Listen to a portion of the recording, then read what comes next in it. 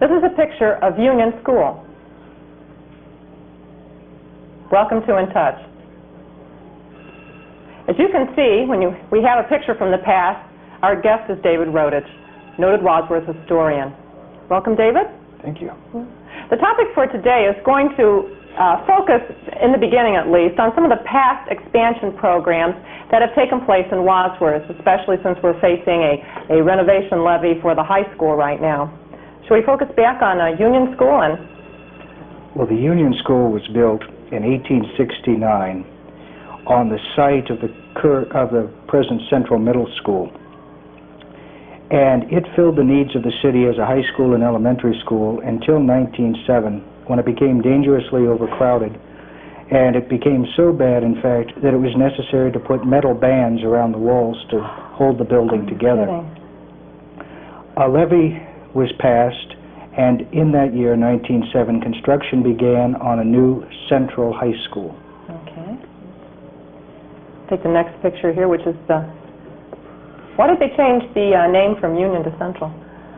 Well, originally the Union was the bringing together of the township high school and the village high school. Okay. So it was a Union school. Central takes its name simply because it was a central location. There were several different locations under consideration on the ballot as to where the school should be built, and the one downtown was designated as Central Lot, so the name stuck with the school. This is a picture of Central School shortly after it was completed in 1908. And you notice, of course, over on the right-hand side, the absence of what we would call O.J. Work Auditorium, because that was not part of the original school building. By 1922, due in large part to the tremendous growth of the Ohio companies, the school again became overcrowded.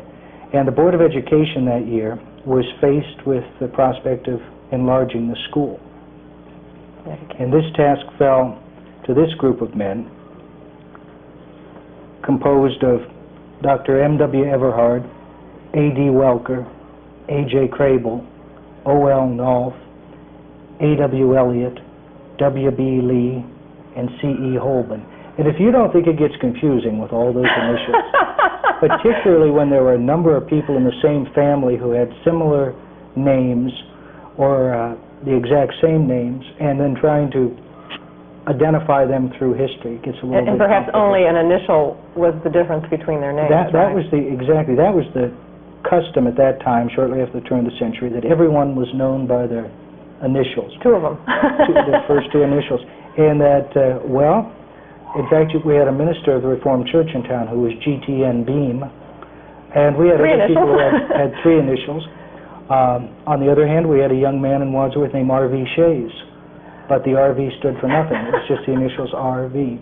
And, but in any case, they all did have first names. Sometimes it's rather difficult to track them down. You've got to do a little bit of research. Sure, because they were referred to by their initials. Dr. Morrison Everhard was a physician in Wadsworth, and his home was the building now occupied by the VFW post on Main Street. He was close to the Central School. Yes. Morrison Everhard was the son of A.J. and Susan Everhard. His mother was a Morrison, which is how he got his first name. And she was a sister of Mrs. Frank Giles, and many people, older residents of Wadsworth, will remember Frank Giles as the owner of a meat market in South Wadsworth. Dr. Everhard left Wadsworth in 1924. He sold his practice to Dr. J.K. Durling, and Dr. Everhard at that time went to New Philadelphia, where he continued to practice until his death. So the Everhard name, Martha and Dick Everhard here, are not related to him? They are all related generations back. Perhaps the most familiar Everhard name to us is the Everhard Library, which is named in honor of Mrs. Dr. Everhard, and she and the doctor had no children. And so all these other people are collateral relations, but they're not descendants. Alvin D. Welker was never called Alvin. He was always called, for some reason, Devane Welker, by his middle name, and he was chief draftsman at the Ohio Match Company. And he left Wadsworth not long after this building addition was completed and died in an accident in 1929. The next gentleman is remembered by a number of, I remember the gentleman also, Abel J. Crable. And Abel Crable was a tall, good-looking man with red hair, and all the girls had crushes on him when he was principal of the school. After he left teaching, he did continue on the Board of Education, but he's most remembered as being the cashier of the First National Bank, a position he held until his retirement. O.L. Nolf, Oliver Nolf, was a jeweler in partnership with his brother, Edwin Nolf, who was E.O. Nolf. Oh, they're going to quiz me on this later. And they began business in December of 1888 on the southwest corner of the square, where the bank building is now. But very shortly after that, they moved to the building that we identify as Central Shoe Repair. And they were there for about the next 40 years until they closed the business in 1928. Oliver Nolf was a very active member of the Wadsworth Band, and in fact performed with them up until shortly before his death in 1940. The gentleman in the front row, as I mentioned, is A.W. Elliott, and I have no idea. Why or how? Or I don't know what. I don't know what the A.W. is. But Mr. Elliott was the superintendent of schools at that time. Now, before the building was completed, he left to take charge of the schools in Mount Vernon and was replaced by P.V. Kreider, Paul Kreider. And but he was very active and very instrumental, a very well-liked man, and was instrumental in getting the levy passed. The gentleman on the right, C.E. Holben, Charles Holben, was a manager of the Wadsworth Lumber Company and had been both village clerk and clerk of the Board of Education for a great number of years, and was also mayor of Wadsworth before the turn of the century. Today I'd like to focus a little bit on the gentleman in the middle, W.B. Lee. Here, I got his picture here. Like most of the Lees in our area, he's descended from the Lees of Virginia, and at birth he was christened by his grandfather, Henry Ward Beecher Lee, in honor of the 19th century minister and theologian. However, he was a very sickly little baby, and someone decided that it was probably carrying the weight of that heavy name. So his name was changed to William Beecher Lee, and everyone thereafter called him Beecher Lee. He was a principal and teacher within the schools, and that's an interesting point I perhaps should mention. In the late 1800s and the beginning part of this century, it was not necessary to have any formal schooling to become a school teacher. If you completed high school and were able to pass what was called the Boxwell examination for teachers, you were thought fit to teach. Beecher Lee, on the other hand, was a graduate of Ohio State and also attended Harvard, so he was quite a learned fellow and in a good position to lead this building project. He married a local girl, Cora Baker, and they lived in the Baker home. We have a next picture here is the Baker home, which still stands on the corner of Mills Street and Wautroosa. We're just getting there now. Wautroosa Avenue, and that was their home as long as they lived in Wadsworth. He later retired from teaching, and though he did maintain his position on the school board, and became a cashier at the Wadsworth Savings and Trust Company, which later became the Citizens Bank.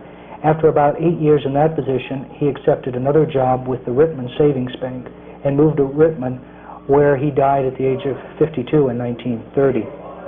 He was a young man. He was still a young man at that time. Great support was built for this building campaign through the use of rallies and parades, and this is a picture of the public square. when Superintendent Elliott is giving an address encouraging the voters to pass the bond levy so that they could build this addition to the school. Do you know how much the bond levy was, out of curiosity? And I know I'm putting you on the spot here. I think it was very close to $150,000 or $180,000. I think $180,000 sticks in my mind. I don't recall offhand. Well, you asked. If you don't remember. I'm sorry. The entire building and equipment was built at a cost $239,000. Okay. But I don't think they had to borrow that entire amount. I think they had some in reserve. They had some raised, yeah. And this parade went through town, and our next picture is interesting. These pictures, incidentally, that one and the next two that we'll be looking at, come from Beecher Lee's scrapbook. And they're very small little photographs that had to be blown up. Now, I've already given you the hint that this is Wadsworth. I'm not trying to trick you with that, but can you tell me where in Wadsworth? Well, you know, see, I'm looking at this upside down or on a monitor, so... David, well, I have directional deficiency. I'll help you out. In 1920, before this work on the new addition was begun, at that time, if you stood on Main Street and were looking in the direction of the school, the old central school, it'd be very difficult to see anything beyond the roof of it because there were houses all along the street. And so it was necessary to buy all of these houses, which was done under Beecher Lee's guidance, and they were either moved or torn down. And this large grassy lawn was placed in front of it. Before that time, only a narrow path led back to the school because the other property belonged to other homeowners. You can almost make out a car coming out between this frame building here and this first house there, and that would be Mill Street. So we're looking at the intersection of Main and Mills. Right there. In of particular interest, if you look at the next picture. This is a blow-up of the same picture we looked at. This building with the tall four-story tower on it is the only building that still exists in that block, and it's now occupied by Country Expressions. And when I've shown there were all these buildings between what is now... the two houses. Yeah, this way. This where the School of Ballet is. Are where these two houses are. And people have told me, well, no, you must be wrong about the one with the tower on it because that's only the second house down. I said, no, there were two other houses there. The property does seem rather small to have had two houses. And they say they must have been very small houses, and in fact they were very large homes, but they were just very close together. The first one belonged to John Harder, and the one next to that originally belonged to Richard Weaver, who was the owner of the Waterworks Company.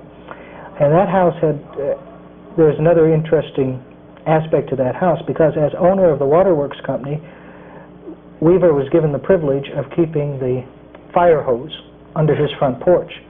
So his house, the privilege, exactly. So his house was not only the best protected against fire in town, but also might be considered, at least his front porch, as the first fire station in Wadsworth. That house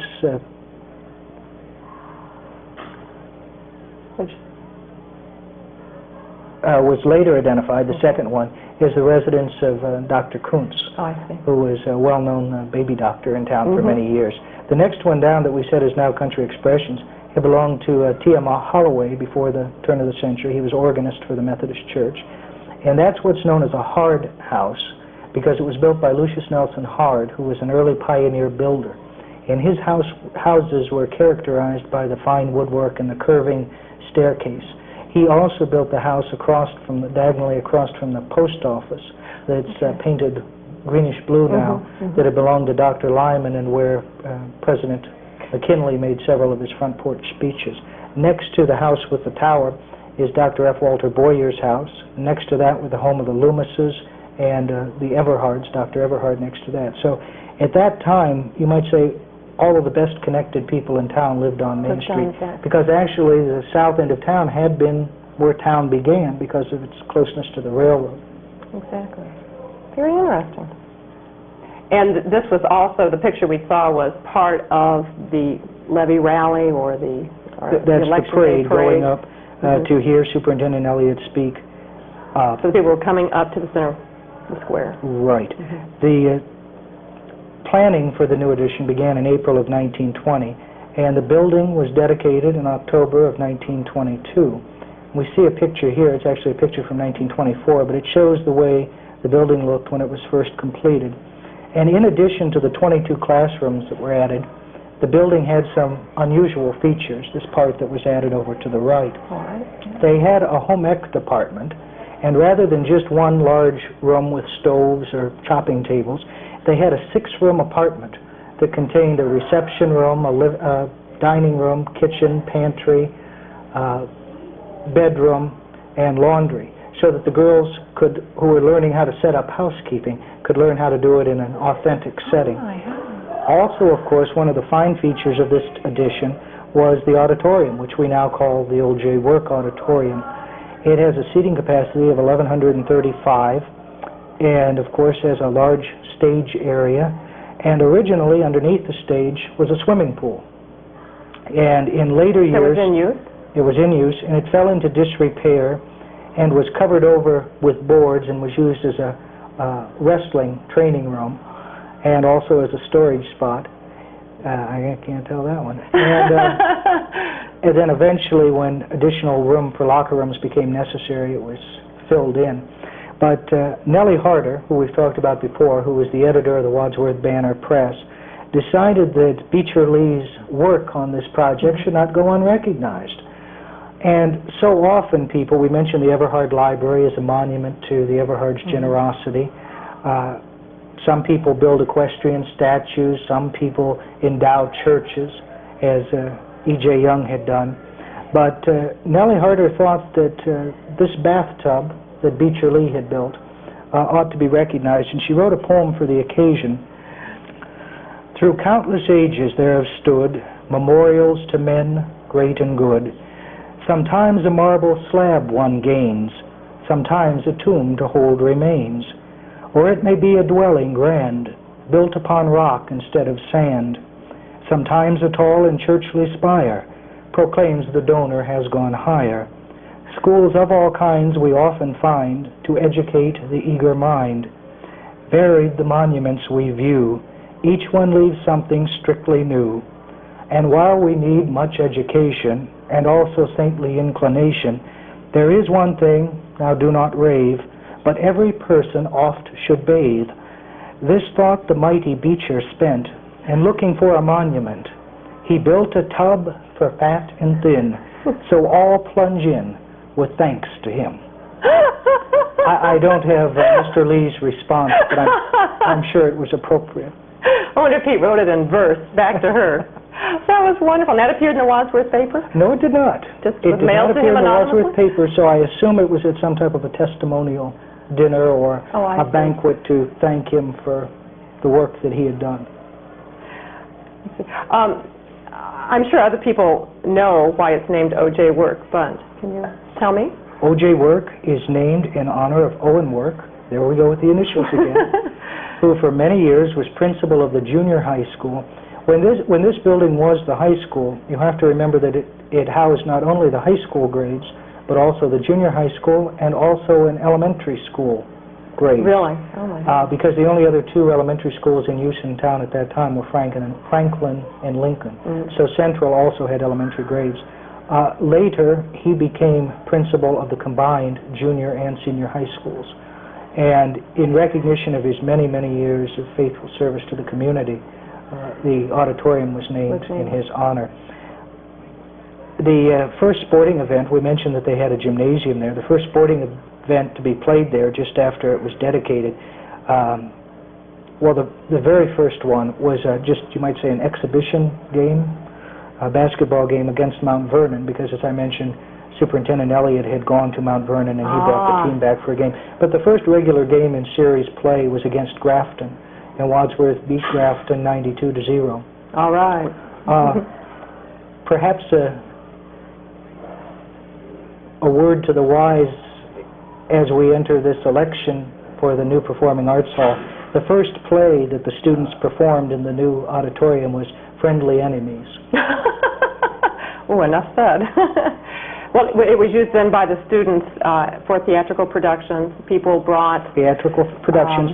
Up until that time, from the time of the Opera House construction in 1895 until 1922, the Opera House had been the scene of all the graduations. All that kind of thing. Once the auditorium was completed, the graduation exercises were held there until the high school was moved to this location. So it was used for, and it was always open to community events. In the 1920s, the Ku Klux Klan met there often and signed up a disgracefully large number of members. They had their speakers and their rallies in Wadsworth. And then people were invited afterwards to stay and join if they liked. And I'm told that the reports show that a good number did stay to Oh my God. Join. One of my husband's aunts told me that in later years, when she was in high school, that O.J. Work Auditorium was the scene of the prom, and that the parents would sit in the seats and watch the dancing. They would. The prom was held there for many years until, I guess, mobility and wanderlust got the better of the students. And they began holding them. I remember one in the early 60s was held out at Stan Hewitt, and then they began holding them in other locations. So all the seniors who are out there watching, at least your parents aren't in the audience watching you dance. I actually can remember the auditorium when I was a little boy of this school being decorated for a prom, but I'm not sure if it was a senior prom or a junior prom. No, I don't know.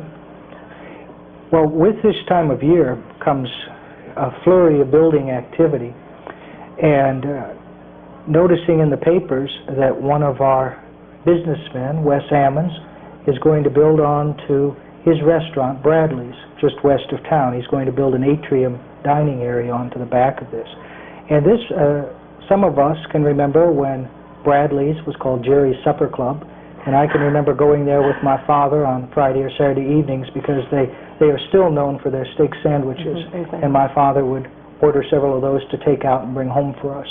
And so that was my first experience with that restaurant. But its history goes back long before that. That area was originally called the Cunningham Farm, and it lay to the west of the old racetrack. And it was considered the eyesore of town until R.S. Ringer bought the property, and on the diagonally across had built a gas station, and then his daughters, who in 1934, who were students at Kent State University, opened a restaurant. And this building is the same one that we now call Bradley's, except at that time it was called the El Comedor, from the Spanish for dining room. And the Ringer sisters only owned the restaurant for about 4 years before it changed hands again. But it was often a popular dining place and night spot in Wadsworth, as it continues to be now. And we have a clip of a film from 1941 showing the El Comedor when it was under the proprietorship of Mabel Hindman, who had been a home economics teacher at the school and became that year manager of the restaurant, and in November of 1941 purchased a half interest in it. And it's kind of an interesting, as Wes is making his plans to build for the future, thought you might like to take a little look back at that. Well, great. Let's take a look at that.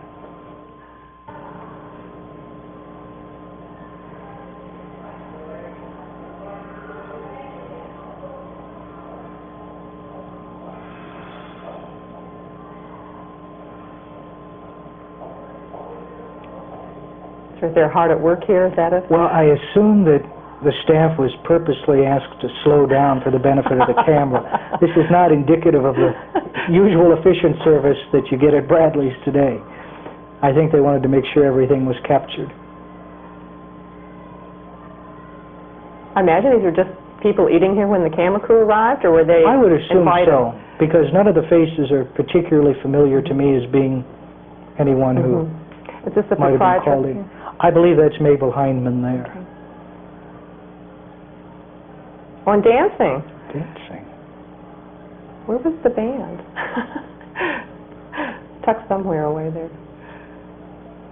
Well, that was delightful.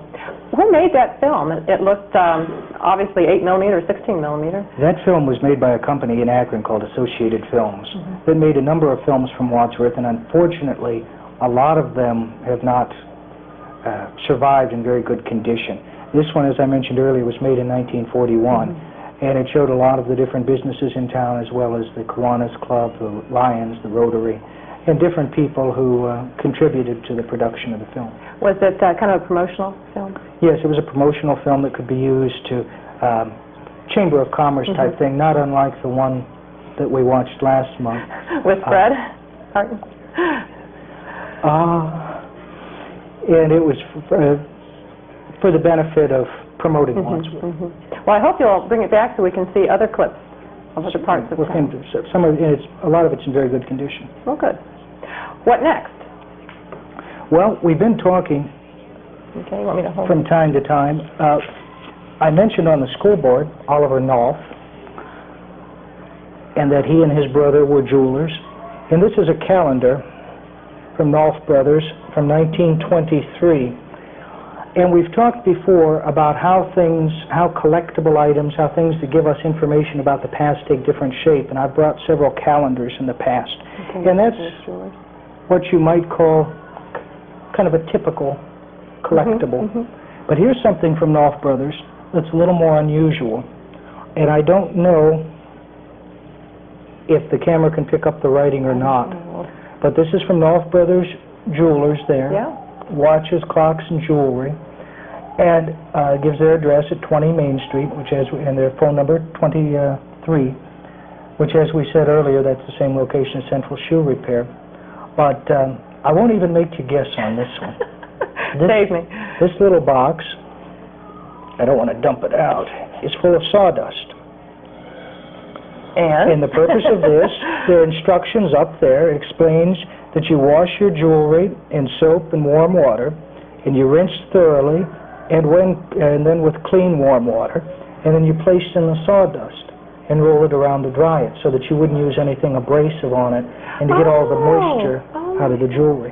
So this is a box for cleaning your jewelry.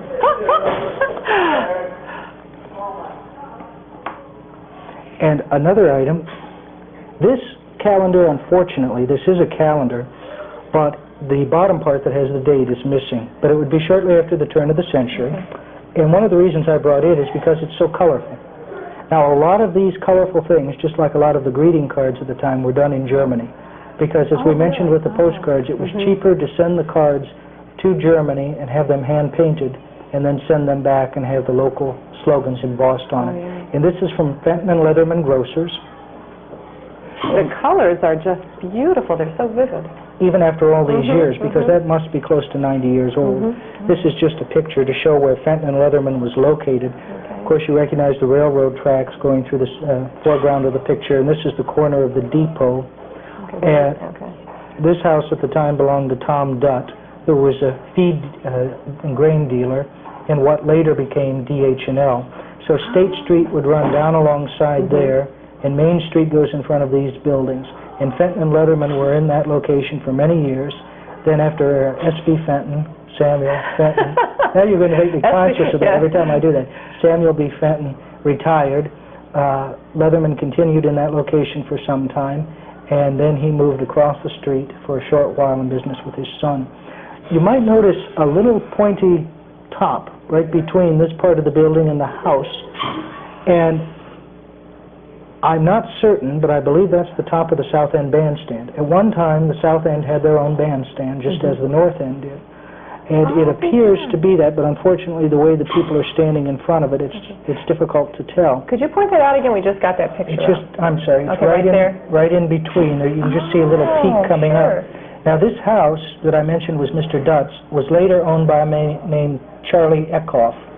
And Mr. Eckhoff accepted the proposition of a brewing company in Akron to build him a bar if he would manage it. And they tore down the old provision store, which was just north of the depot, and built the stone bar there that we know as Fred's Grill. But Mr. Eckhoff called it the Echo Grill. And for a lot of servicemen returning to Wadsworth at the end of the Second World War, once they got off the train, that was their first stop, where they headed, huh? the Echo Grill, to strike a blow for liberty. Between where if you would, for just a moment, the Italian community in the south end of town had their own orchestra, the instruments being furnished by the Match Company, and they gave concerts and practices up in the Match Company Gymnasium off of Garfield Street, and also in a bandstand that was at that location. But as I say, I can't tell if that's it or not. When my parents were first married, that was a vacant lot, and outdoor movies would be shown against the north side of this building. And everyone would bring a blanket or a lawn chair and would sit down and watch the films that were being shown up there. This area, of course, now is all occupied by West Cardinal Market and parking lot. I even know where that is. We had in Wadsworth a company called the Fashion Shoe Shop, with 2 P's and an E. Fashion Shoe Shop. And that was bought out. It next became Fashion Brown Built Shoes, because they sold the Buster Brown shoes. Okay. The owners of that sold the business to the Rinkers, who were father and son. And they operated it for many years as the Rinker Brown Built Shoes. And this is a calendar from 1933 from their store. And you see over the side where it says Buster Brown Shoes for boys and girls. And Buster Brown and his dog Tag would come to town every year and do a performance at the Strand Theater. And all the children would come. It'd be a big matinee. And they would give out prizes to all the children. Would they sing or do tricks or what? Who knows? I would assume, I would hope to think Tag would, if he was properly trained. The Rinkers had a tragedy in their family and gave up the business. And they sold out to Ben Ladrak, who had come down from Michigan. And Ben Ladrak, of course, operated the shoe store and expanded it. And many of us grew up buying our shoes at Ladrak Shoes. My in-laws still refer to that building often as, Ladrak's. So I was mentioning to someone a number of years ago that the building where Accurate is now, that my mother still referred to that as Wright's, because Wright's department store had been there for so long. And the person told me, that's nothing. My grandmother still refers to it as Myers, because she remembered when the Myers had built the block in 1905. So it's hard to get directions around town here, right? Well, that's the thing in a small town. Anytime anyone gives directions, you always go down past where John Smith used to live and turn left and go down where the schoolhouse used to be, and then go down right where, that car went in the ditch 20 years ago. It's that type of thing. Again, explaining that items giving us information about history take on a lot of different shapes. We just saw a calendar from Rinker's Brown Built Shoes, but this is a ruler that they gave out from the Fashion Brown Built before the Rinkers purchased it. Okay, we'll get this on the... Oops. Right there. Okay. And this is an item that has not yet been restored. It's just been given to me. But it is also a calendar, and the thermometer is missing off the side. I need to replace that. And the pages from the calendar, apparently they were torn off each succeeding month. But for those who can't see, it shows a little boy with his mother, 1920s style. And it says, "Tell Papa to be sure and go to the Fashion Shoe Shop for my new shoes, Main Street, Wadsworth, Ohio." Aww. So collectibles take all sorts of different shapes. And they all help us to place stores in different locations at different times. As we've said before, growing up in Wadsworth, we tend to think that one store has been in the same place always. And that's not really true. They used to move around quite a bit. The new stores come and go. Now, I have a... You always had to stump this. Our mystery item. The hostess, huh? Our mystery item. I don't think you want this on your dress. It's awfully dusty. I tried to clean it up, but it's... I told you before, this looks like a purse I used to own. You could just drop your change right in. Yeah. Oh, good heavens. All right, it's got like a horn-like thing here, and it's got a, well, it must have been something valuable in there. Something for a lock. Something for a lock. It's made out of leather. Made out of leather. And has a shoulder strap. It's rather heavy, well-constructed. It's well-constructed. It's got leather nails through here. Oh, I haven't a clue. I'm not very imaginative. Well, That's why you're on. When our pioneers came to Wadsworth, to the Wadsworth area, unlike the pioneers who went out west and had to cross the prairies and the plains, there was an abundance of water here. And most of them brought at least one cow with them or purchased one in Pittsburgh to bring this way. So they had milk available for the children. But something that was a scarce commodity was whiskey. And whiskey was used not only for drinking, but also as a method of payment. When they would cross a turnpike and had to pay the toll, they would have to have liquor available to pay them. Also, a lot of times, to get them through dangerous areas, because they had thieves even back in those days. And also if you were having a celebration, or also for medicinal purposes. And if you took something like this, You could pour the whiskey into it. It's got a little trap in there to keep it from running out. Of course, you'd want it locked so that no one would steal it. And you could put this over the horn of a saddle or carry it over your shoulder. So you would pour out an amount as you were going? You could pour out an amount or into a cup. I see. It's the new twist on drink and drive, huh? Drink and ride a horse? Are you believing all this? Yes. This dates from the early days when Wadsworth had parking meters. And the parking meter... I can edit this out, you know. The parking meter... Well, I didn't know what it was till someone told me. Parking meter attendant would carry this around town and take out the little cup of coins out of each meter and dump it in there and take it back. Well, they were trusting because someone could just grab this off their shoulder and take off. Off that, I don't really understand how safe it was, but perhaps in those days... This wasn't full when you found it, was it? No. You're not going to... Of either. You're not going to believe anything I say now, are you? Well, which is true. The parking meter story. The parking meter story, okay. But, you know, I got to thinking about that, because I don't remember when this was used, because this was in the very early days. And I got to thinking, when someone told me that about 15 years ago, when I asked them, what if they were kidding me? And so I tried to check into it definitely, but I believe that's what it is. Oh, okay, well, now that I'm humiliated, what shall we end with here? Well, let's see. We have... Want to try the paper here? Yes, we do have those other two pictures. I'd like to make that correction. Okay. And I think those are the two sticking right out there. Yeah. A while back, I showed you a picture of some of our local fishermen and their catch, and I misidentified a person. This gentleman over here on the left, Tom Collier, I mistakenly identified him as Orrin Hatchett. Tom Collier was an employee of the match company, and the two gentlemen, when you don't see them together, they look similar, but I made a mistake, and that is Tom Collier, along with Mayor Norm Stein and Bob Sondels and Hy Hoagland.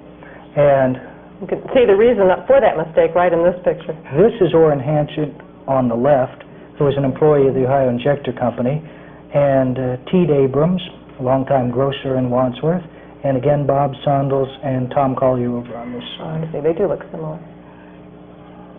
Okay, and now for the paper, huh? Oh, yes. Okay. I'll lift this up, if I may.